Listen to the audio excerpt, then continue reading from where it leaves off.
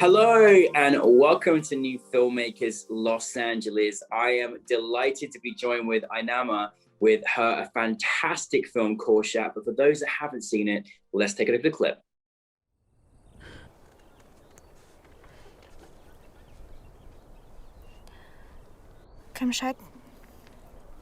Кәмшат, жүріп бірге ойнайықшы. Мен саған жаңа суретімді көрсетемін. Суретті өзім салам десең, жарайды сал. Сенің суреттерің көріксіз болса да, мен саған рұқсат беремін.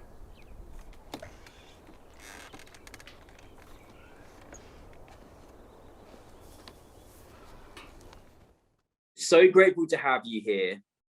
And I'm so grateful that you shared this incredible story with us as well and brought it to New Filmmakers LA. So we're very grateful to have you. For those that haven't seen Qŷyrshaq, tell us a brief synopsis of your film. Of course, yeah. And thank you so much for choosing my film. Like, I'm really honored to be a part of New Filmmakers LA.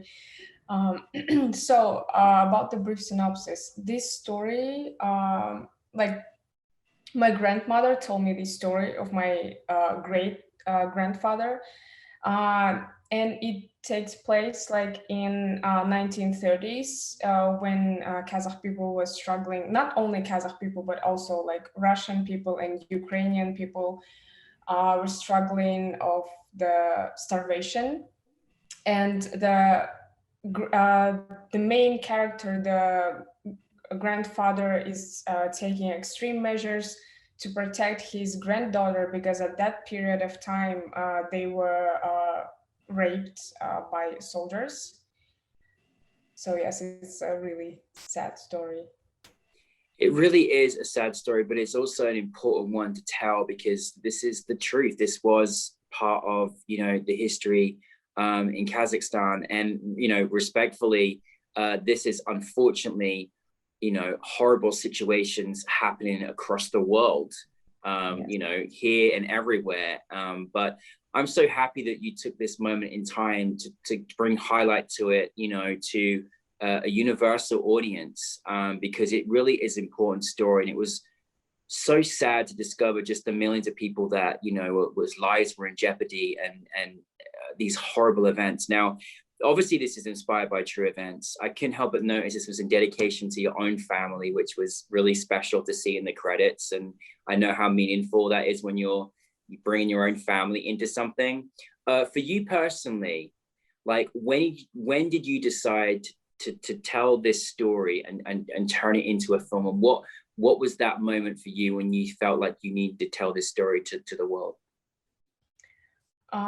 So this is my intermediate film for New York Film Academy, and it was like my first short film, not ever, but like when I was a student. So I don't know why, but like I think I read an article, and then after that I asked my grandmother if she has like stories about it. And then she told me that story, and of course I was like really shocked. And also I was wondering like why people like are not talking about it. There's like not a lot of information about that period of time. So yeah, that's why I thought that, yeah, we need to talk about it more to know like our history. Absolutely. And I mean, do you feel like, like a lot of history is in this country too?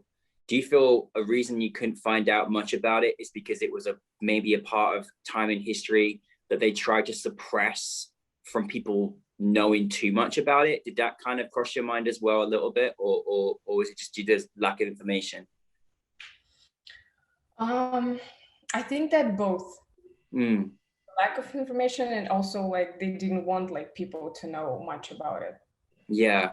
No, well, listen, I mean, the relationship between grandfather and daughter in this film is extremely powerful. You would hope that everyone could have a grandfather like him, and protect his granddaughter in this way.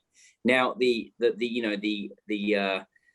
the emotions and the extremes of this film are high. Like, you know, there's a lot going on in this film, and it's very high stakes.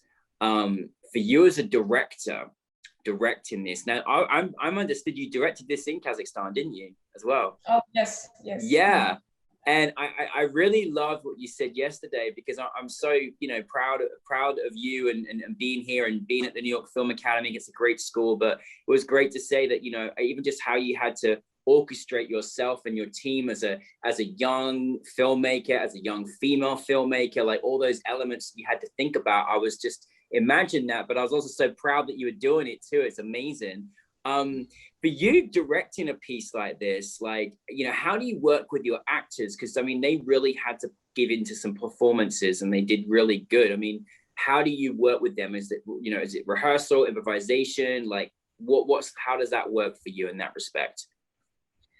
Oh, so I was really lucky that most of my actors, they are like professional actors in Kazakhstan. Mm-hmm. So I was really lucky. And also like who's playing the grandfather and who's playing the granddaughter, they are father and daughter in real life. Oh, really? Oh, how yes. cool. So that's why it was easier, you know, like to show this kind of Wow. relationship, because they are like father and daughter. Oh my goodness. Well, you know what? I mean, I was gonna say, I mean, it was great acting, don't get me wrong, but you could feel their love. Like there was love. Yeah. They loved each other, you know, and it was, I mean, you know, it was very teary and really hard to watch. And so, you know, working with them and then working with, you know, obviously the soldier and all the other, you know, ensemble cast, like, you know, what kind of is your process? Do you kind of, you know, let them interpret the script themselves? Are you quite hands-on with them? Like what's your kind of technique and how you work as a director with them?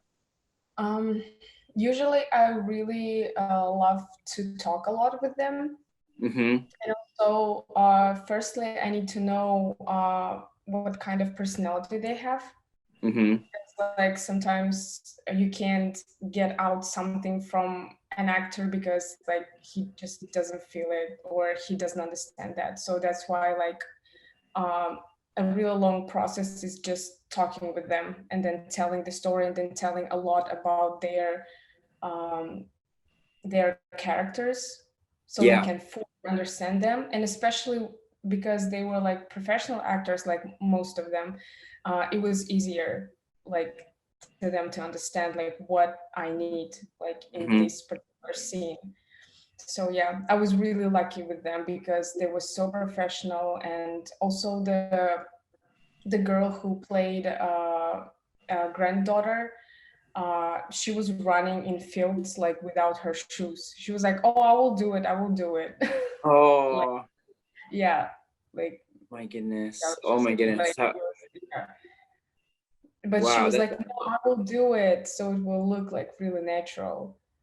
Oh wow. So, Isn't yeah. it must feel great when you got that, you know, when you just got dedication like that to the story and to the time, you know. I mean, I love that. Well, listen, they put in very powerful performances, but I mean the whole feel that you created, you know, during this time and just, you know, just how extreme and mean and horrible and injustice and everything that was going on that takes place as well. You know, you really capture the elements. Like, you know, I'm just curious if this is your like, you know, intermediate project at New York Film Academy, and then filming in your home country, like on the other side of the world. Like, how does all that work, and what are some of the challenges? Because I was like, that's amazing when you can do that. And you know, it's part of, obviously, you could have made things very easy for yourself. But you're like, no, I'm going to challenge myself. I love it. Yes, it was really difficult because I was here. I still had classes and I was in my pre-production. But I had a lot of people who's already working in industry in Kazakhstan. So that's why I contacted them. And also like my friend, her name is Madina. She has her own casting agency. So she helped me a lot like with actors, like finding them. So I'm really grateful for that. But it was a challenge, yes, like to communicate with people, and also like the time difference. It's like 13 hours. So you will send the message and then you will get the message the next morning, and like Oh yeah, yeah. I know that being from England, so it's tough. But yeah, oh my goodness. Well, listen, I mean, I'm glad that you did do that. I think it was really an important story as well, and I'm just kind of curious from that perspective. Like, I'm so glad that I know about this story, and I think as well as maybe people that do know about it, that are closer to it. What did you kind of want your audience to take from the film? What did you kind of, if you've ever thought about that perspective of it? I just wanted people to talk more with their grandparents, with their parents, to know more about their history or their life, because I think that it's important, because one day they will be gone and these stories will be gone too. So I think this is the main thing. Yeah. I'm so glad you said that, because, even in the time that we've been alive, we're talking about less things further back because those people aren't around anymore. Mm-hmm. And I'm noticing that as well. And I think that's such an important thing. And one of the other things as well is knowing your history and never repeating some of the horrific things that happened again. And I thought that was, also, really important. I do, listen, I don't want to give too much away, but, there was a moment where I just had, when things align, should we say, and the grandfather just with his granddaughter, and that was so powerful. I was crying just the way they submerged together. And actually his kind of eureka kind of cry was just so, it got me in my gut. It was just so powerful, because you think of all the horrible things that in every country, the police or the military have done horrific things, and against women. Was that kind of, listen, respectfully, this happened in your own country all those years ago, but this is still happening, right? And it's not right, is it? Of course it's not right, but it's like, it's just, I feel like, was there an element that you just kind of wanted to remind, like, listen, we can't just keep doing this, this is happening today too? Yes, exactly. Yeah. No. I would say that, now you've obviously made this and you're moving through your education before you embark in, a full-time career as a filmmaker. What have you learned from this project going into your next one? And is there kind of any advice out there for, fellow filmmaker students or, emerging filmmakers like yourself? Mm-hmm. So I learned a lot from this project, because it was like the first historical film that I shot, and it was like in my intermediate, so I didn't know a lot of stuff. But like the first main thing, I think you should be really passionate about your story. And because like a lot of people who helped me in Kazakhstan, they were like working for free. I don't know, maybe because they saw like how I was passionate about that story, and they also wanted to help to make it alive. So I think that's the one main thing. And then the second one is that the pre-production should be like perfect. That is like the second thing, because when we were shooting, our camera, like something happened with our camera, like I don't know what. Oh, like, really? Yes, and we were in the middle of we were in the mountains, and my producer, whose name is Modiar, like I'm really thankful for him. Like he went, like he drive to the town and got us new camera, and we were waiting there on the mountains. Wow. Yeah. Oh my goodness. Really, I can't even, I'm just picturing it in my head. I'm like, imagine this other film you've got going on of a camera being brought up the mountain for you. Like, wow. Yeah, so but we checked the camera and it was okay, and it was like shooting all day, but then like at 5 or 6 p.m. it just it stopped working. Oh goodness. Yeah. Oh my. And it's like, it's one of those moments you're like, you've got to, as a director, you've got to keep that balance on set and keep everybody calm. It's a pressure, isn't it? Yeah, but I think that everyone was calm except me. Because I was like, I felt myself so guilty because like people are there because of me. And yeah, Well, so I mean, yeah, that's what pre-production. we have a really, you know, we've had a lot of amazing alumni from the New York Film Academy come through. But what we just so love at New Filmmakers LA is just creating a platform for global storytellers. And, you know, I'm so thankful that, you know, we get a film not only set in Kazakhstan, not only an important story, but you know, made by someone that is from Kazakhstan and, you know, a young emerging filmmaker. I just want to see more films made from you, from Kazakhstan and many other amazing filmmakers. Like it really is so special to experience different parts of the world and university aligned through storytelling. I'm just curious, that I know you're over here, but are you hoping and planning to make more films in your home country as well and bring them around the world? Oh yes, of course, yeah. I just shot my thesis film and I started like to submitting it to the festivals, and now I'm working on my feature. So yes, hopefully I will make more films. Yes, no, of course you will. You're making so many more films. So you mentioned what's happening next. I'm just curious, like, what kind of genre are you moving into next? Are you kind of looking at something historical, or are you looking at something different? Like, what's next? What's next for you?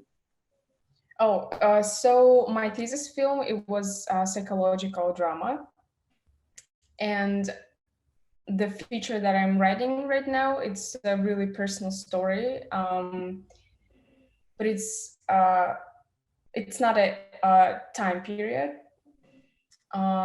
It's also like a psychological drama, but with